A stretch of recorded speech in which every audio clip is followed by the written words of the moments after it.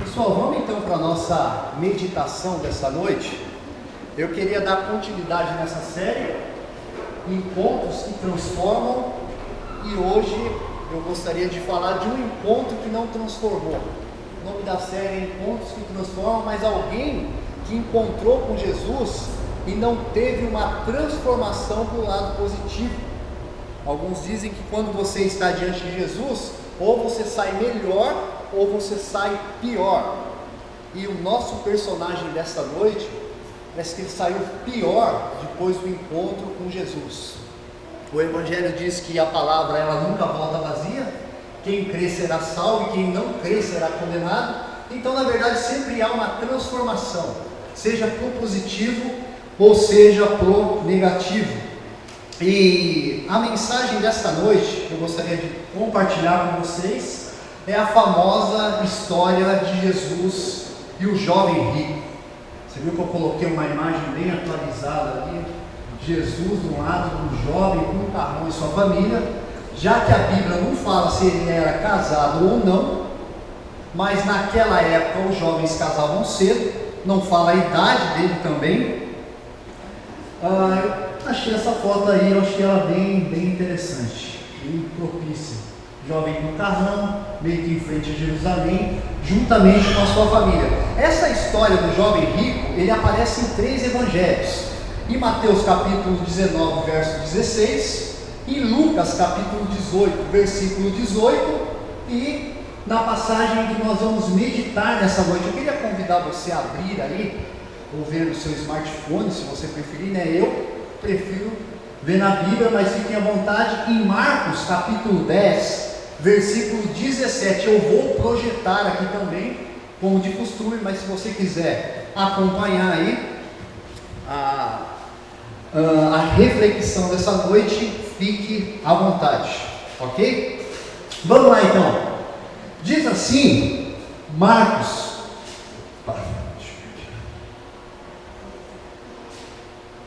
aqui. Diz assim então Marcos, capítulo 10, versículo 17. Quando Jesus ia saindo, um homem correu em sua direção, pôs-se de joelhos diante dele e lhe perguntou: Bom mestre, que farei para herdar a vida eterna? Observe no movimento que esse jovem faz. Eu gostaria que você criasse essa imagem na sua mente.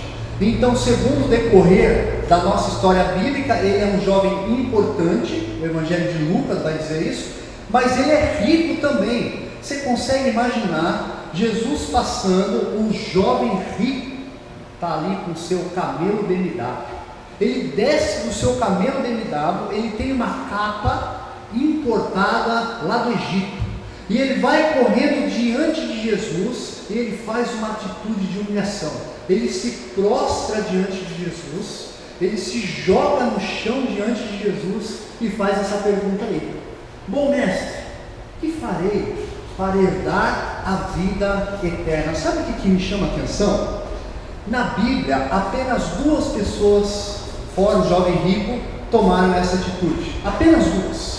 Houve outras pessoas que se ajoelharam diante dele, como a mulher do fluxo de sangue, mas foi depois da bênção. Antes, ao se apresentarem Jesus, somente 2 pessoas. Uma delas foi um leproso. É interessante que a lepra, a hanseníase, hoje tem cura. Naquela época, então, não havia cura. O cidadão, ele saía diante da sociedade, do seu meio familiar, ele não podia ter contato nenhum, muito menos com o templo. Imagine alguém vivendo assim. Quando você encontrava com alguém, você tinha que gritar assim: leproso, leproso, ou então impuro, impuro, e todo mundo se afastava de você, se afastava do leproso. A vida do leproso não era fácil, ele não tinha mais vida social nem familiar, era alguém que não tinha nem mesmo identidade. Logo, um leproso se ajoelhar, se humilhar diante de Jesus, você fala: não é fácil. É um cara que está por baixo da carne seca ali e não tem nada. Porém, o segundo personagem que também faz isso, Jairo, ele já é chefe da sinagoga. Esse sim, esse já tinha uma certa reputação. Mas o que acontece com Jairo, gente? Jairo está com a sua filha doente, à beira da morte. Você falou, pai, eu entendi. Qualquer um de nós que tem filho, se o filho estiver à beira da morte, você correria e se ajoelharia diante de Jesus. Você fala, sim, faço isso pelo meu filho, qualquer coisa. Então, esses dois casos é até entendido.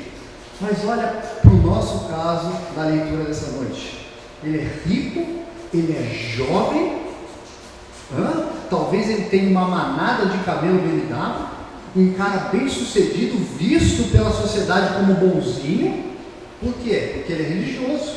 Mas esse homem vai e se joga diante de Jesus. E eu fiquei pensando, por que esse homem se joga diante de Jesus, uma vez que ele não tem nenhuma enfermidade para a morte, como leproso, a família vai muito bem, obrigado, não tem nenhuma filha doente, ok? Ele é rico, ele investe na bolsa de valores de Jerusalém, e está progredindo, está indo tudo bem o investimento desse homem. Por que esse homem se joga diante de Jesus? Essa pirâmide conhecida, principalmente no meio acadêmico e social, a pirâmide de Maslow, ela diz o seguinte, que o homem, todo homem, ele tem algumas realizações pessoais na vida. E essa pirâmide diz que o primeiro degrau aqui da realização pessoal do homem é a necessidade fisiológica. O que significa isso? O simples da vida. Todo homem tem a necessidade simples da vida, quer comer, quer dormir. Depois que o homem vence essa etapa da vida dele, ele vai para o segundo degrau, que é o quê? A segurança. Segurança dos seus familiares, segurança dos seus bens e assim por diante. A característica e a meta do ser humano, segundo aqueles que creem na pirâmide de Maslow, é chegar lá no topo, na sua realização pessoal. Quando o cara atinge a realização pessoal, então ele começa a se dar bem na vida. Mas eu costumo dizer que a ponta ou o topo dessa pirâmide é assustador. Por que ele é assustador? Imagine você, algo que você percorre pela sua vida toda, falando assim, isso vai me dar sentido da vida. Ah, se eu casasse com aquela moça que eu quero tanto, a minha vida vai ter sentido. Ah, se eu entrasse naquela empresa que eu tanto procuro entrar, a minha vida ia ter sentido. Ah, se eu comprasse a casa naquele determinado bairro, você passa a perseguir a sua vida por todo o tempo para alcançar o topo da pirâmide. Você alcança o topo da pirâmide e você chega à conclusão que você não encontrou o sentido da vida. É por isso que o suicídio é uma característica de quem tem dinheiro. Atores, cantores, jogadores internacionais, eles tiram a vida porque eles chegam no topo da pirâmide e descobrem que a vida deles não tem sentido. E quando eu vejo um jovem bem sucedido como esse se ajoelhar diante de Jesus, se jogar e se humilhar, para mim, esse jovem é o tipo do ser humano que está com as contas pagas e senta no sofá da sua casa e sente um vazio tremendo aqui dentro de si. Para mim é nitidamente o caso desse jovem. Mas olha só, gente, eu tenho uma outra resposta também. Em Eclesiastes capítulo 3, verso 11, na parte A, diz assim, que Deus pôs no coração do homem o anseio pela eternidade. Talvez seja a primeira, segunda, terceira vez que você entra aqui, e talvez você não crê em nada disso que você está vendo, em igreja, em Jesus Cristo, em Bíblia Sagrada, em nada. Mas deixa eu deixar uma coisa bem clara para você. Quando Deus nos criou, Ele colocou em nós um código. Um código o qual nós temos agora um anseio pela eternidade. Eu trabalho na área de TI e existem alguns códigos emaranhados que a gente chama de criptografia, que não é tão fácil de desvendar. Isso parece que Deus pega esse código criptografado e coloca no nosso coração, e agora nós temos anseio pela eternidade. O grande problema é a parte B desse versículo de Eclesiastes 3:11, que diz assim: mesmo assim, o homem, não consegue compreender inteiramente o que Deus fez. Ele não consegue desvendar esse código criptografado. Sabe o que ele faz? Ele vai tentando fazer isso através de bens materiais, através de adquirir coisas ou pessoas. Ele acha que um novo casamento vai trazer sentido à sua vida, e esse código vai ser assim desvendado do seu coração. E, gente, é tão assustador isso, que depois que os nossos primeiros pais falharam lá no Jardim do Éden, Adão e Eva, essa é a tese bíblica ao qual nós acreditamos, todo o ecossistema e todo ser humano caiu com ele, e hoje nós somos propensos à autonomia. Hoje pela manhã o pastor Fabiano dizia, e eu achei interessante, que as pessoas não buscam mais conselhos bíblicos, elas são autônomas. Elas dizem: olha, eu faço do jeito que eu quero, eu faço do jeito que eu acho certo, e ninguém tem nem aí a ver com a minha vida. Esse anseio que nós temos pela autonomia é muito forte em nós. Nós não queremos ser dependentes de ninguém, inclusive do próprio Deus. Mas deixa eu deixar uma coisa bem clara aqui para nós nessa noite. A única coisa que pode descodificar esse código que Deus colocou no meu e no seu coração é aquilo que aconteceu naquela cruz. É quando Deus, Criador, entra na história e morre naquela cruz para pagar o meu pecado e o seu pecado. É só ali que a vida passa a ter sentido. É só ali. É só ali que a nossa vida passa a ter sentido. Nenhum outro tipo de oferta nessa vida pode substituir o que aconteceu naquela cruz. Mas olha só, gente, eu acho interessante que algumas pessoas acham que os encontros com Jesus, eles são altamente graciosos e amorosos. Eu duvido muito. Todo encontro pessoal, o que o Val relatou, o que eu falei da mulher samaritana, são altamente cruciais com Jesus. Sabe por quê? Porque Ele conhece os lados obscuros da sua vida e da minha vida. Jesus sabe daquilo que eu me escondo tanto, que eu não quero que a minha esposa descubra, que eu não quero que os meus amigos descubram. Jesus conhece. E o interessante é que nos encontros com Jesus, Ele sempre toca na fraqueza humana. E quando esse jovem faz essa pergunta: o que farei para herdar a vida eterna? Olha o verso 18, o chute de bico que Jesus dá na canela do jovem rico. Ele diz assim: respondeu-lhe Jesus: por que você me chama de bom? Ninguém é bom a não ser um só, que é Deus. Sabe o que Jesus está fazendo aqui? Ele está confrontando a natureza humana da natureza de Deus. Ele está dizendo: olha, gente, nenhum ser humano é bom. Se você entrou aqui essa noite com a consciência achando que você é bom, porque você frequenta uma igreja, porque os seus filhos frequentam a igreja, deixa eu deixar uma coisa clara para você: ninguém é bom. É interessante que quando eu estou conversando com meu pai principalmente, ele me fala essas frases aqui. Quando nós tivemos a oportunidade de conversar sobre a eternidade, ele me diz assim: não, eu nunca matei ninguém, eu nunca roubei ninguém, eu nunca traí a sua mãe, eu pago as minhas contas em dia. Se eu não for para a eternidade, quem é que vai, meu filho? Ele diz assim, em outras palavras. E isso é sinal de bondade para eles. Mas olha só a lógica de Jesus. Eu não vou pedir aqui para vocês abrirem aqui a Bíblia de vocês, mas olha a lógica de Jesus. A lógica de Jesus é mais ou menos assim. Em Mateus 5, do 21 ao 22, eu vou falar aqui com as minhas palavras, Jesus cita a lei, os 10 mandamentos. Ele fala assim, um deles: A lei diz: não matarás. Mas se alguém só odiar, o seu irmão na mente, já matou.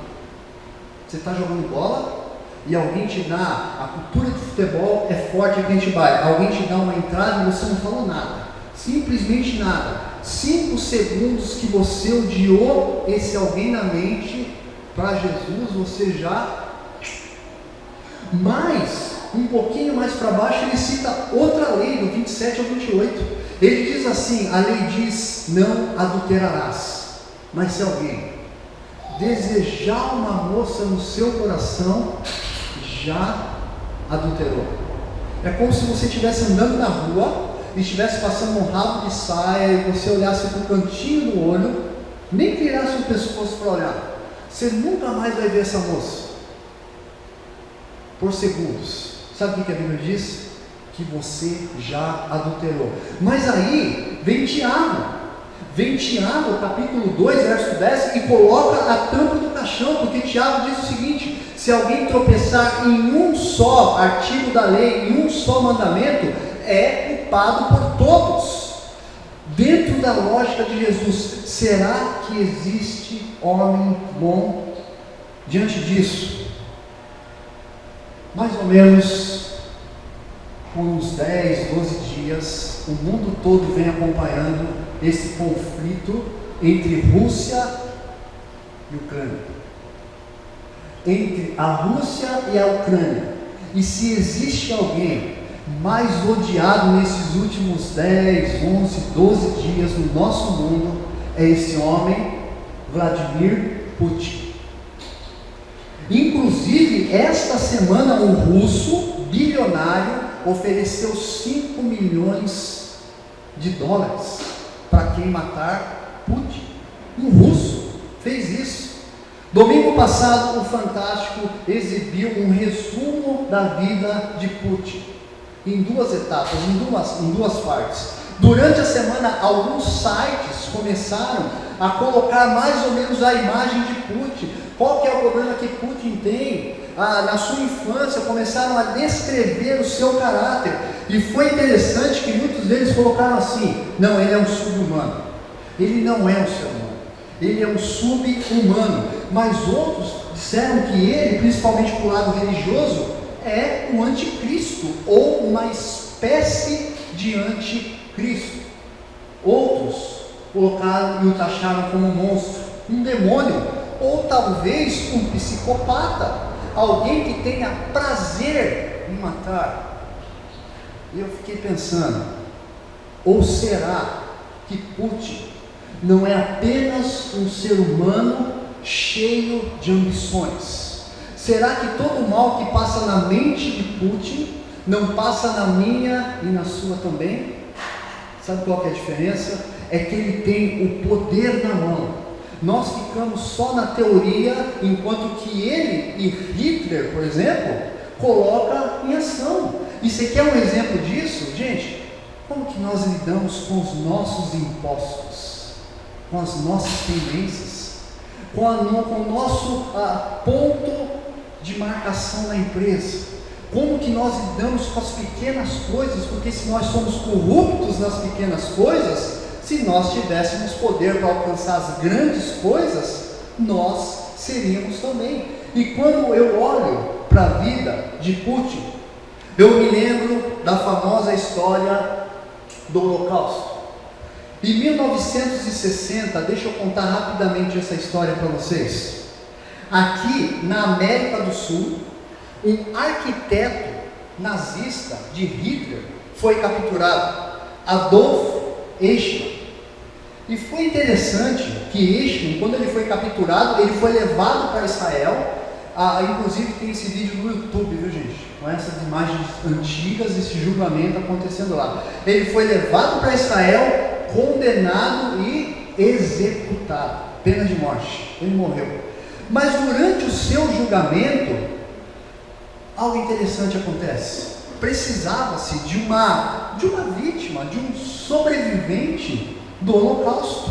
E encontraram esse judeu chamado Eiel Ben-Hur, um sobrevivente. E quando levaram Ben-Hur para assistir assistir Eichen dando assim o seu pronunciamento numa redoma de vidro, tal, os seus argumentos, por que ele não deveria morrer.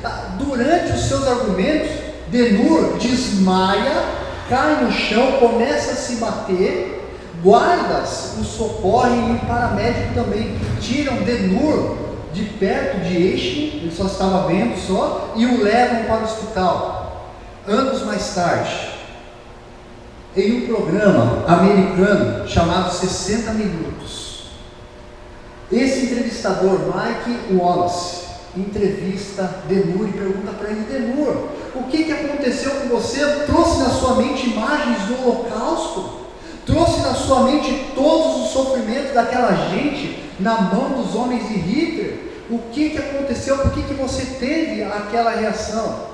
E ele disse assim: fui dominado pela constatação que Eichmann não era um demônio, mas um ser humano comum. Temi por mim mesmo, vi que sou capaz de fazer as mesmas coisas, exatamente como ele. Logo, gente, Eichmann não era um psicopata, ele não demonstrava qualquer ódio ou rancor. Em vez disso, era um homem comum com vontade de construir uma carreira, como muitos de nós, que às vezes pisamos na bola com os nossos impostos, passamos gente para trás, porque nós pensamos em construir uma carreira. Gente, da mesma essência que nós, na tese de Jesus, se pensar em matar, já matou. Quantos de nós, nesses últimos 10 dias, já matamos Putin, pelo menos na nossa mente? Quantos de nós oramos por Putin, pedindo para que Deus o salve e o leve para a eternidade? Parece que isso até dói nos ouvidos, né? Falar, gente, ir orar para que Deus converta o coração de Putin, parece que até dói nos nossos ouvidos. Mas a nossa história, ela continua. Olha só o verso 19, como é interessante. Então Jesus olha para esse jovem e diz assim: você conhece os mandamentos? Não matarás, não adulterarás, não furtarás, não darás falso testemunho, não enganarás ninguém, honra o teu pai e a tua mãe. Deixa eu explicar rapidamente aqui. Quando Moisés sobe no Monte Sinai, Deus dá 2 placas para ele, 2 tábuas da lei para ele, ok? A primeira tábua significava o relacionamento do homem para com Deus. A segunda placa era o relacionamento do homem para com o homem. A ideia de não cobiçarás, ok? Honra o teu pai e a tua mãe, do homem para com o homem. Olha só, gente, que interessante. Quando Jesus fala para o jovem, conhece os mandamentos, sabe o que Jesus está citando aqui? A segunda placa. Jesus não toca no assunto da primeira placa. Não terá outros deuses diante de mim. Não, ele está citando aqui, só o relacionamento do homem para com o homem. Essa segunda placa aqui, um relacionamento horizontal, homem com homem, e não para com Deus, ou horizontal. É interessante isso, e você vai ver que a aplicação legal tem no final de tudo isso.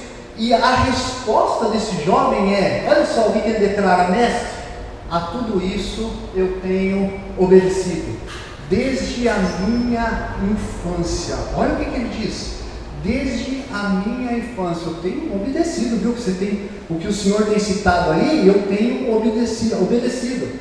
Tem um ritual judaico chamado Bar Mitzvah, e esse ritual judaico, ele é interessante, talvez um dos mais importantes na vida de um cidadão judeu. Quando o menino completa 13 anos de idade, ele faz uma espécie de profissão de fé. Agora ele é responsável pelos seus pecados, ele pode ler a Torá, que é o livro judaico dos judeus, o livro espiritual deles, em público. Então é importante esse ritual, e ele faz na sua adolescência. O que esse jovem está dizendo? Olha, desde a minha adolescência, desde quando eu fiz esse ritual, eu tenho guardado toda a lei. E gente, é bem possível que na ação esse jovem não tenha pisado na bola. Está faltando um mandamento aqui, eu não sei se você reparou. Não cobiçarás, porque a cobiça nasce no coração. E Jesus é tão sábio que parece que Jesus faz isso de propósito, de não citar o não cobiçarás, porque o resto se comete, uma visão da época, na ação. E Jesus não cita o não cobiçarás. E quando o jovem fala assim, olha, tenho obedecido, é interessante que Jesus não desmente ele. Jesus fala, você está mentindo, que tem não. Jesus fica quieto e respeita a posição desse jovem religioso, um jovem importante, rico e até, de certo ponto, prepotente, porque ele se acha bom. Mas olha só, gente, aí vem o checkmate de Jesus. Só que no versículo 21, na parte A, eu acho bonita essa parte, eu gosto de destacá-la sempre. A Bíblia fala que Jesus olhou para esse jovem e Jesus o amou. Mesmo Jesus percebendo toda a miséria humana do ser humano, assim como eu e você, que pisa na bola durante a semana e a gente vem aqui adorar esse Deus, e esse Deus conhece as nossas fragilidades e nos ama, mesmo conhecendo os lados obscuros da nossa vida, esse Deus nos ama. Gente, eu fico imaginando, a Bíblia não fala isso, mas o quanto Jesus conhece a nossa pobreza humana, ao ponto de ele olhar para esse jovem e falar, ele acha que é feliz porque é rico, passa a vida inteira perseguindo bens materiais, e Jesus então vai dar agora um checkmate nesse jovem, caminhando aqui para o nosso final. Jesus diz assim, falta-lhe uma coisa, vá, venda tudo o que você possui e dê o dinheiro aos pobres, e você terá um tesouro no céu, depois venha e siga. Sabe o que eu acho interessante? Não existe na Bíblia qualquer mandamento pedindo para que a gente venda os bens, não existe. Sabe o que Jesus está fazendo aqui? Ele está revelando que esse jovem tem um ídolo no coração, maior que o próprio Deus. Mas olha que legal esse verso 21. Olha o destaque dessas palavras que ocorrem no verso 21. Vá, vende, dê e siga. Se a gente fosse trabalhar esses itens do verso 21, já dava para fazer uma mensagem. Mas olha só, gente, você pode vender tudo que você tem, dar aos pobres, e mesmo assim continuar sem eternidade. Se você está aqui hoje, e talvez você se ache bonzinho porque você faz caridade, porque você paga as suas contas, se você fazer tudo isso, e mesmo assim você não seguir Jesus, você ainda continua sem eternidade. Eu gosto muito da frase do pastor Ariovaldo Ramos. Olha o que Ariovaldo Ramos diz. Ele fala assim: você só pode doar aquilo que lhe pertence. Em outras palavras, ele está dizendo assim: eu só posso doar aquilo que me pertence. Se isso aqui for meu e eu não conseguir doar para você, é porque ele não me pertence. Eu que pertenço a ele. Não sei se dá para entender. Eu só posso doar aquilo que me pertence, mas aquilo que não está sobre o meu domínio, porque o meu coração está nele e é ele que manda na minha vida, eu não posso doar. E um ídolo no coração geralmente começa assim, como a história desse jovem rico. No começo, ele manda no dinheiro. No começo ele consegue fazer o que ele quer com o dinheiro, mas depois é o dinheiro que manda na vida dele, e a vida dele passa a girar em torno do dinheiro. Ele não consegue viver ou respirar sem o dinheiro. Isso, gente, me leva aqui então a entender por que Jesus cita a segunda placa lá no Monte Sinai. Jesus, ele é gracioso, ele é amoroso, mas ele é verdadeiro. Quando ele cita essa segunda placa, e o rapaz, o jovem, deixa claro que não consegue seguir a segunda placa, Jesus está revelando a ele que ele não consegue seguir nem a primeira. Porque quando Jesus cita na primeira, na primeira está lá na lei de Moisés, não terá outros deuses diante de mim, sabe o que Jesus está revelando para ele? Que ele tem um Deus diante dele maior que o próprio Deus, que é o dinheiro. Em outras palavras, ele não dá conta da segunda placa e ele não dá conta nem mesmo da primeira placa, nenhuma das duas. Ele não consegue seguir a segunda e ele acabou de revelar que muito menos a primeira. Ele tem um ídolo muito maior que Deus na sua vida e no seu coração. E olha só, gente, no verso 21, eu acho interessante quando Jesus fala assim: falta-lhe uma coisa. Já na passagem de Mateus 19, 21, antes dele falar para o jovem rico que falta uma coisa, ele fala assim: se queres ser perfeito. Essa ideia de ser perfeito não é alguém que não tenha pecado, mas é alguém que é maduro na fé, alguém que é próximo de Deus. E quando ele fala para esse jovem, falta-lhe uma coisa, eu fiquei pensando, se Jesus estivesse diante de mim e de você, e Jesus olhasse para mim e para você e falasse assim: falta-lhe uma coisa, para você ter uma vida mais íntima de mim, falta-lhe uma coisa para você me seguir como discípulo. Talvez Deus tenha cobrado de mim e de você algumas decisões na sua vida, no seu casamento, no seu trabalho, para que você viva mais próximo dele. Uma mudança de conduta. Quem sabe se hoje Deus não está pedindo para você: olha, abandone os seus pecados de estimação. Falta-lhe uma coisa.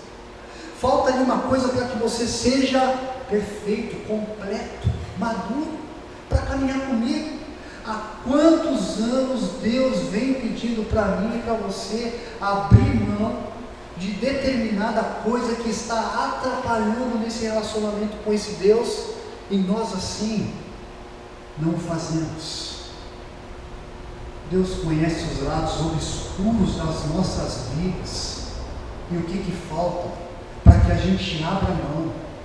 E você que tem caminhado aqui nesta comunidade e não faz parte da comunidade dos discípulos e tem sentido um chamado de Deus para caminhar com esse Cristo, mas talvez você tenha se segurado em algumas coisas. Quem sabe se Deus não está falando no seu coração essa noite: falta-lhe uma coisa. Falta-lhe uma coisa para você descobrir e entender o verdadeiro sentido da vida. Por que você não abre mão dessa coisa para caminhar comigo em amor? Conversas cruciais, gente, elas são necessárias. Jesus demonstra isso. Elas são extremamente necessárias. Nós brasileiros, nós temos uma dificuldade com isso. Nós temos dificuldade de chamar um amigo e ter uma conversa crucial com ele. A gente prefere esperar esse cara vir nas costas e ir embora, e depois, com muita liberdade, longe dele, compartilhar com os outros sobre a vida dele. Quem sabe se você não tem também, nessa noite, um amigo que você tem visto que ele vai se dar mal, porque ele está fazendo o contrário à palavra de Deus, à vontade de Deus, e você tem esse canal de comunicação com ele, mas assim como eu, você também não quer falar para não ficar mal visto por ele. Gente, conversas cruciais são necessárias para a gente caminhar para o nosso final. Essa história fala de um jovem apegado ao dinheiro.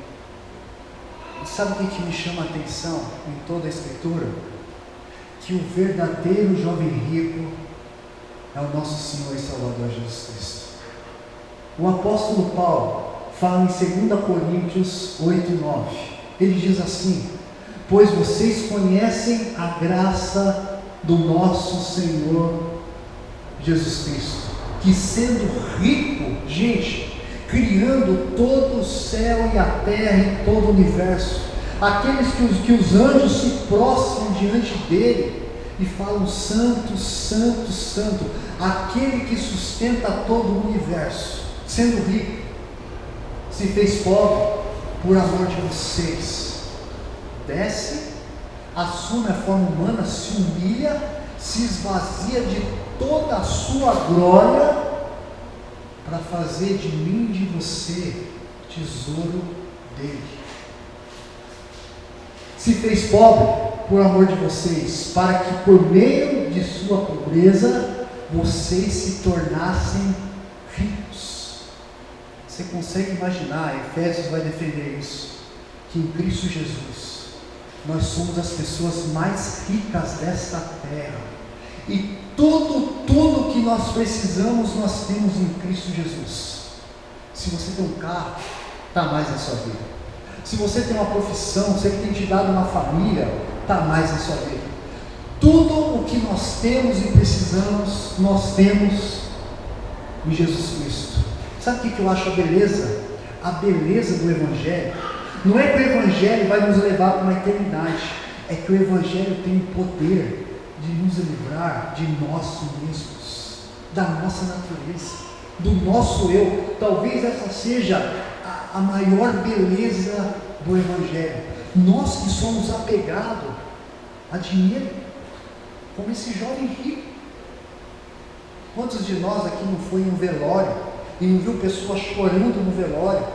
E não era um choro, gente, de tristeza, muitas vezes é de remorso, porque morreu brigado com aquela pessoa no caixão. Às vezes era um pai, uma mãe, por um pedaço de terra, por um bem material, e agora chora e se desmancha diante daquilo. Olha a nossa pobreza espiritual. E eu encerro nesse último slide. Eu fiquei pensando, é quase que uma brincadeira que eu vou fazer aqui. Eu acho que todo mundo faz isso, que quando Jesus revela a esse jovem sobre a sua riqueza, ele vira as costas e vai embora. Quem que nunca leu essa passagem e não pensou assim: será que aconteceu depois, hein? Será que ele foi salvo? Será que ele chegou em casa e falou assim: mulher, encontrei com o tal de Jesus lá, e você não acredita, viu? Sabe aquela viagem sua para o Egito? Vamos cancelar aquela viagem que ele mandou dar tudo para os pobres. Chegou para os filhos e falou: viu, vocês estão querendo celular de última geração? É isso mesmo? Encontrei com Jesus, agora mandou dar tudo aos pobres, viu? Gente, será que ele foi salvo? Mas deixa eu trazer um assunto de igreja. Uma das possibilidades deste jovem foi: procurou uma outra igreja, uma igreja que o aceitasse, servir Deus e as riquezas junto. Afinal de contas, que igreja que não ia aceitar um jovem rico, né? O dízimo do cara é uma bênção. Qualquer igreja abraçar esse cara. Ou então ele se isolou no canto da igreja, encontrou um grupinho, uma panelinha que apoiasse a sua tese contra um líder que o advertiu. Isso é mais ou menos parecido com aquele casal que tem um filho e a mãe ou o pai corrige esse filho: você não vai fazer isso, isso aí não pode, você vai se dar mal na frente. Quando o pai sai, a mãe vai lá e fala: viu, seu pai está nervoso, fica calmo que eu vou dar um jeitinho, eu vou fazer o que você está querendo. É mais ou menos o que acontece nessa história, gente. Isso é um fracasso no trabalho de discipulado. Quando você tem um grupo forçando contra aquilo que a liderança a mesma faz. E para terminar, gente, duas perguntinhas rápidas para a nossa reflexão. Eu já quero chamar o pessoal do louvor aqui. Olha só, gente, como discípulo de Jesus, qual é a conversa crucial que você tem tido com Jesus? O que é que Jesus tem desafiado e colocado no seu coração que você precisa abrir mão? Que você precisa fazer para se tornar um discípulo mais próximo dele? Segundo, para nós orarmos. Como discípulo, você precisa ir ao encontro de um amigo e estabelecer com ele uma conversa crucial.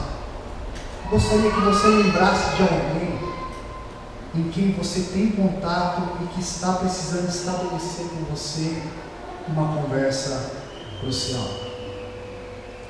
Não se importe com a sua imagem.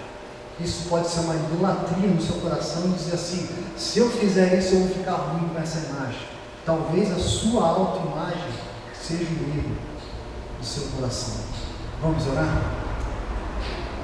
Senhor, eu quero te agradecer, ó Pai, pela sua palavra nessa noite, ó Deus. O Senhor sabe, Pai, das minhas limitações, mas que o seu Espírito fale melhor, Senhor, em cada coração, Pai.